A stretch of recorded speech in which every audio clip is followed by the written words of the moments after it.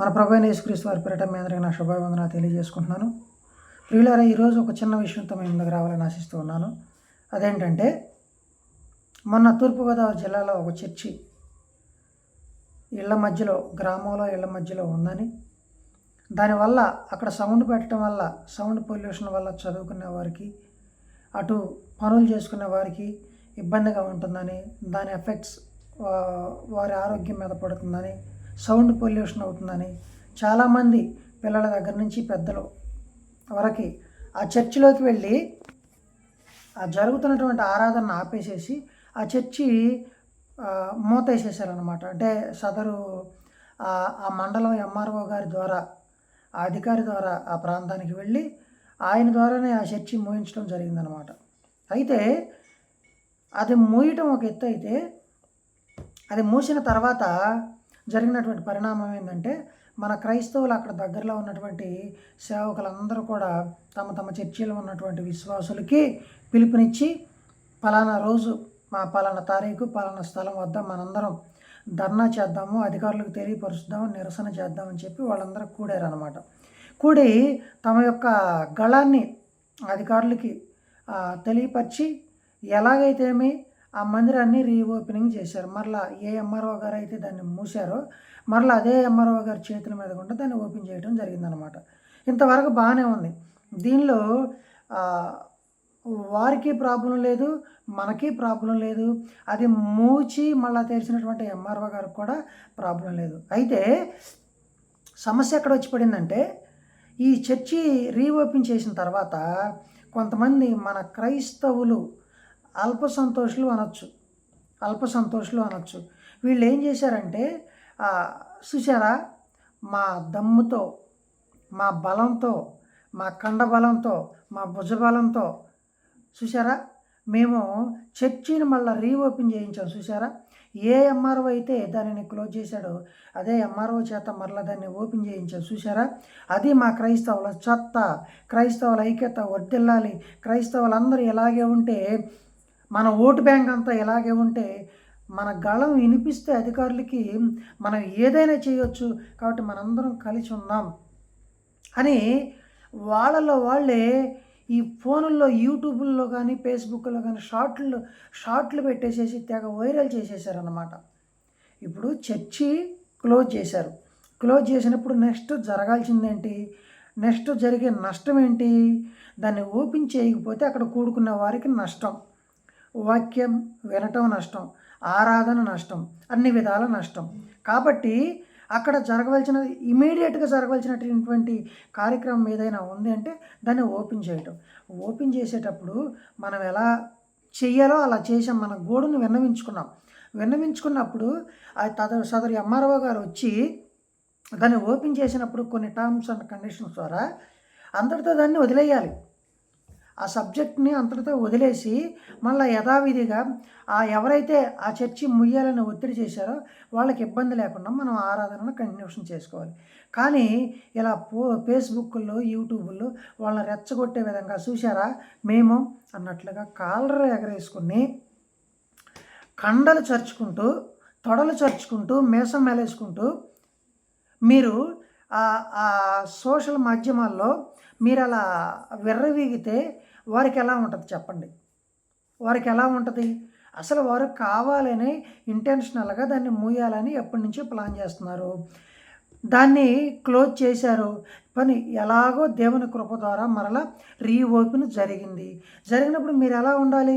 సైలెంట్గా ఉండాలి కదా. చొడలు చరుచుకోవటం ఏంటి? జబ్బలు చరుచుకోవటం ఏంటి? మేసాలు మెలేయటం ఏంటి? కాళ్ళు ఎగరేయటం ఏంటి? ఒక్కసారి ఆలోచించండి ప్రియులారా. ఈ మాట ఎంతమంది అయితే వింటున్నారో వాళ్ళందరికంటే మేబీ నేను చాలా చిన్నవాడిని కావచ్చు. ఆప్రల్ నేను నా జ్ఞానం కూడా అస్సలు ఎన్నిక లేనిది, ఆవగింజ కంటే కూడా చాలా తక్కువ. బట్ నేను చెప్పే మాట ఏంటంటే, ఇప్పుడు మనం ఎలాంటి పరిస్థితుల్లో ఉన్నాం, ఎలాంటి ప్రభుత్వంలో ఉన్నాం, ఏ అధికారం ఇప్పుడు చలామణిలో ఉంది, ఎవరి మాట ఎక్కువగా సమాజంలో చలామణి అవుతూ ఉన్నది, ఎవరికి అధికారులు ఎక్కువ సపోర్ట్ చేస్తున్నారు, ఎవరికి నాయకులు ఎక్కువ సపోర్ట్ చేస్తున్నారు, దీన్ని ఒక్కసారి మీరు ఆలోచించారు ఎవరైనా? ఈ తొడలు చరుచుకునేవారు, జబ్బలు చరుచుకునేవారు ఒక్కసారి ఆలోచించండి. ప్రభుత్వాలు ఎవరికి అనుకూలంగా పనిచేస్తున్నాయి? పోలీస్ డిపార్ట్మెంట్ల దగ్గర నుంచి, రెవెన్యూ ఆఫీసర్స్ దగ్గర నుంచి ఎవరికి మద్దతుగా పనిచేస్తున్నాయి? మీరు ఆలోచించండి. పైన స్టేట్ గవర్నమెంట్ ఎలా ఉంది? సెంట్రల్ గవర్నమెంట్ ఎలా ఉంది? వీళ్ళందరినీ మనం పరిశీలించినప్పుడు మనం ఎలా ఉండాలి?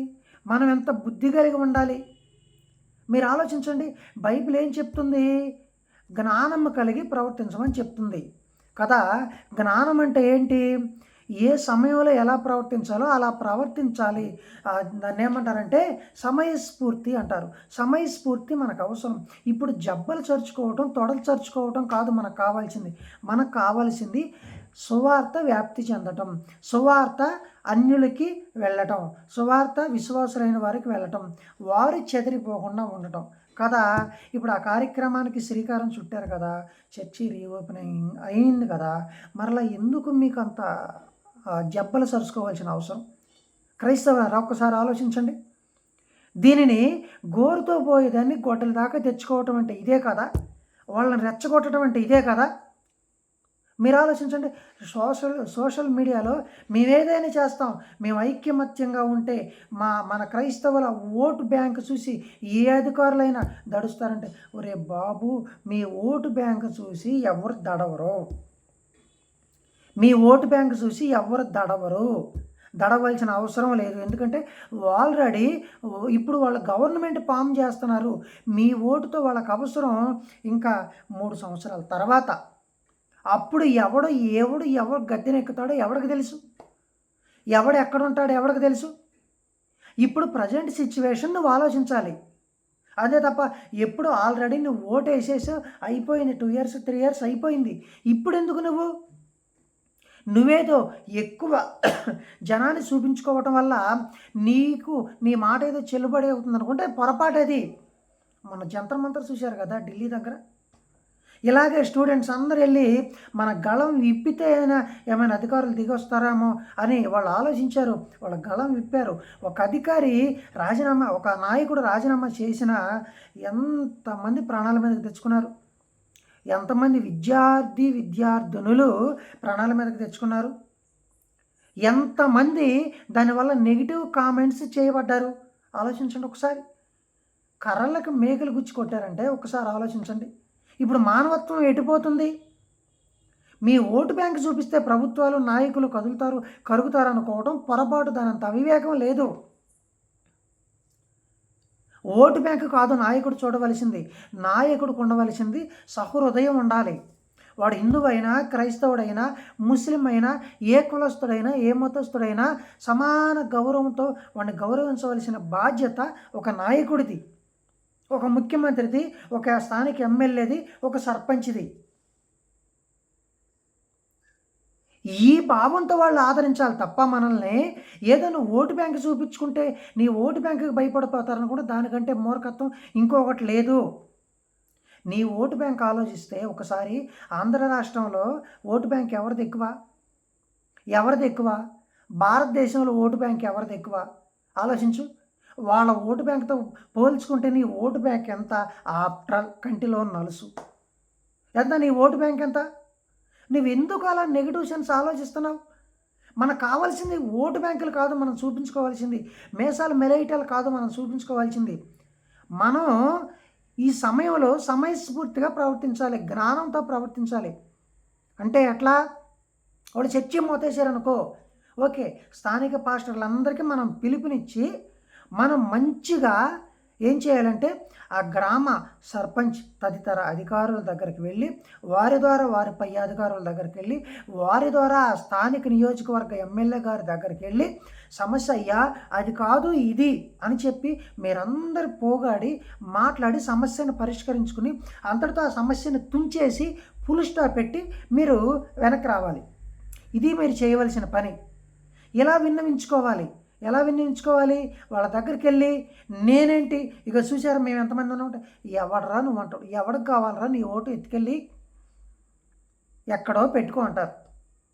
అవసరం లేదు. నీ ఆర్గ్యుమెంట్ వాడికి అవసరం లేదు. నీకు సమాధానం చెప్పవలసిన అవసరం కూడా వాడికి లేదు. నువ్వు ఎలా విన్నవించుకోవాలి? వెళ్ళి నీ వేదన ఏంటి? నీ సిచ్యువేషన్ ఏంటి, ఏం సిచ్యువేషన్ నడుస్తుంది అనేది నువ్వు వెళ్ళి అక్కడికి చెప్పుకోవాలి. చెప్పుకుని విన్నవించుకోవాలి సహృదయంతో. జస్ట్ వాళ్ళకి మరి తల ఉంచాలి, తప్పదు. ఇప్పుడు గవర్నమెంట్ ఫామ్లో ఉంది, అలాగని వాళ్ళకి తల ఉంచితే దేవుణ్ణి ధిక్కరించినట్లు కాదు సుమా.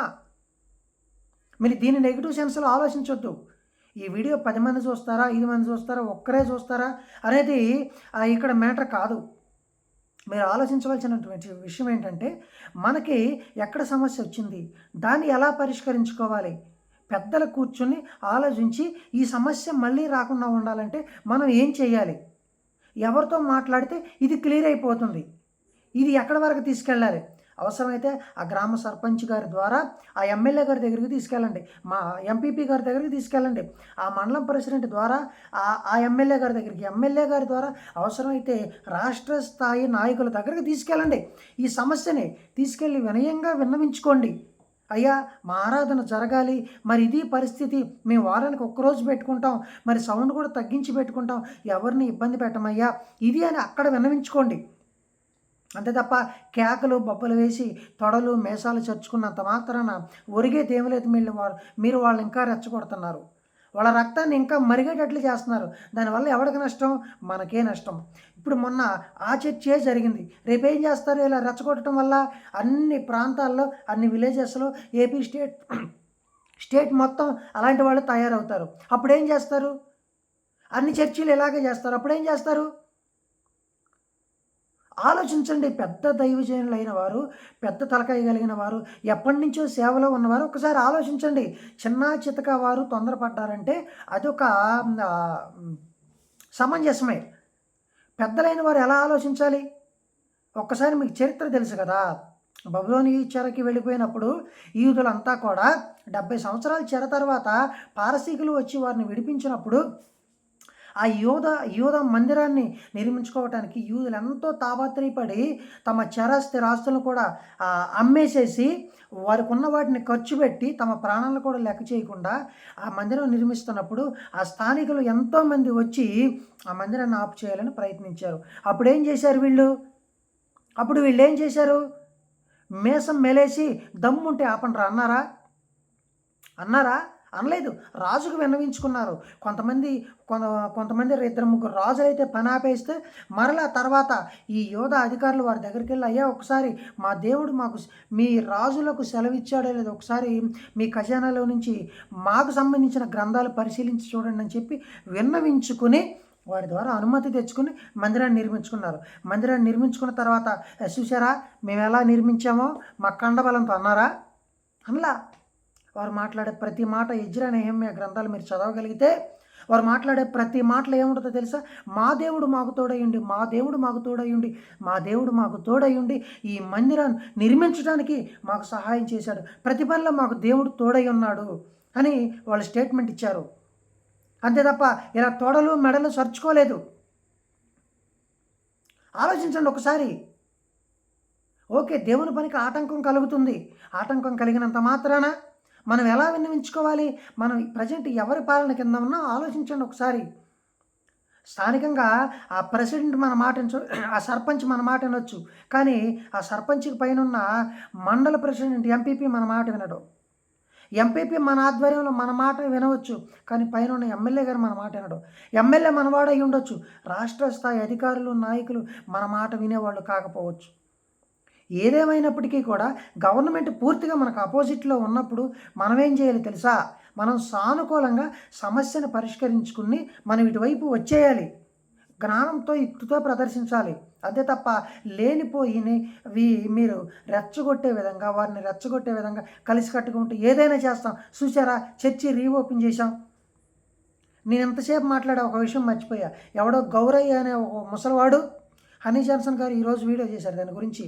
ఒక ముసలివాడు ఆ చర్చి తాత్కాలికంగా మీరేదో ఓపెన్ చేసి ఆనందం పొందుతున్నారు, మేము దాన్ని ఉంచాం, పర్మనెంట్గా దాన్ని క్లోజ్ చేస్తాం, మేము ఎప్పటికైనా క్లోజ్ చేస్తామని స్టేట్మెంట్ ఇచ్చాడు. చూడండి ఒకసారి. హనీ జాన్సన్ గారు ఓబీసీసీ ఛానల్లో అతను వీడియో మాట్లాడాడు. ఎందుకు వస్తుంది అంత ఇది? మనలో విఘ్నులైన వారు కూడా ఆలోచించాలి దయచేసి. నేను ఏదైనా తప్పుగా మాట్లాడితే నన్ను క్షమించండి. అంతే తప్ప ఉడుకు రక్తం మనకుండకూడదు. వాళ్ళకున్నది మనకెంతసేపటికి దాన్ని చంపేసే విధంగా ఉండాలి. కంట్రోల్ చేసే విధంగా ఉండాలి. సమస్యను అక్కడే తుంచేసే విధంగా ఉండాలి. సమస్యకు ఫుల్ స్టాప్ పెట్టే విధంగా ఉండాలి మనం. అంతే తప్ప రెచ్చగొట్టే విధంగా మనం కానీ, మన మాటలు కానీ, మన బోధలు కానీ ఉండకూడదు. కాబట్టి ఒకవేళ మీరు అలా రెచ్చగొడితే ఏమవుతుందో తెలుసా? ఆ పెంట ఆంధ్ర రాష్ట్రం అంతా చుట్టుకుంటుంది. దానివల్ల అందరికీ ఇబ్బంది కలుగుతుంది. ప్రతి ఒక్కరూ ఇబ్బంది పడాలి దాని ద్వారా. ఇది ఎంతమందికి నష్టం? ఎన్ని ఆత్మలు ఇలా ఇబ్బంది పడిపోతాయి ఈ వాక్యం అందక. ఒకసారి ఆలోచించండి. గ్రౌండ్ లెవెల్లో మనం ఏం చేస్తున్నాం? ఒకసారి ఒక నిర్ణయం తీసుకునేటప్పుడు ఓకే, అందరినీ పిలవండి. పాస్టర్లు అందరికీ, విశ్వాసాలు అందరికీ పిలిపినవ్వండి. ఎలా మాట్లాడాలి, ఏం చేయాలి? కలెక్టర్ గారి దగ్గరికి వెళ్తున్నారా, లేకపోతే ఎంఆర్ఓ గారి దగ్గరికి వెళ్తున్నారా? మీ సమస్య, మన సమస్య ఎలా విన్నవించుకోవాలి, ఎలా చేయాలి? ఓకే, మన సమస్యని విన్ని, మన బాధను వాళ్ళు విన్న తర్వాత వాళ్ళు స్పందించి ఆ కార్యక్రమం మనం దేనికోసమైతే వెళ్ళామో దానికి స్పందించి వాళ్ళు దానికి ఓకే చెప్తే మనం సైలెంట్గా వాళ్ళకి నమస్సమాంజలి, వాళ్ళకి కృతజ్ఞతలు తెలియజేసి మనం మళ్ళీ దాని వీడియోస్, షార్ట్స్ కొంతమంది పెట్టి దాన్ని మరలా పబ్లిక్ చేసి, వైరల్ చేసి వాళ్ళకి రక్తం మరిగే విధంగా మనం చేయకూడదు. అంతవరకు తెచ్చుకోకూడదు. అది మనకే ముప్పు. ఆలోచించండి ఒకసారి. ఎందుకంటే కంటికి పొడుచుకునే పుల్ల, పెద్దల సామెత చెప్పారు, కంటికి పొడుచుకునే పుల్లని కనిపెట్టి నడవాలంట. అది కంటిలో పొడుచుకుంటుంది అనుకున్నప్పుడు అయినా ఎదురుగా వెళ్ళామనుకో ఎవరికి నష్టం? మనకే నష్టం. కాబట్టి ఆలోచించండి. విఘ్నులైన వారు ఆలోచించి నా మాటలను అర్థం చేసుకుంటారని ఆశిస్తూ సెలవు తీసుకుంటున్నాను. ధన్యవాదములు.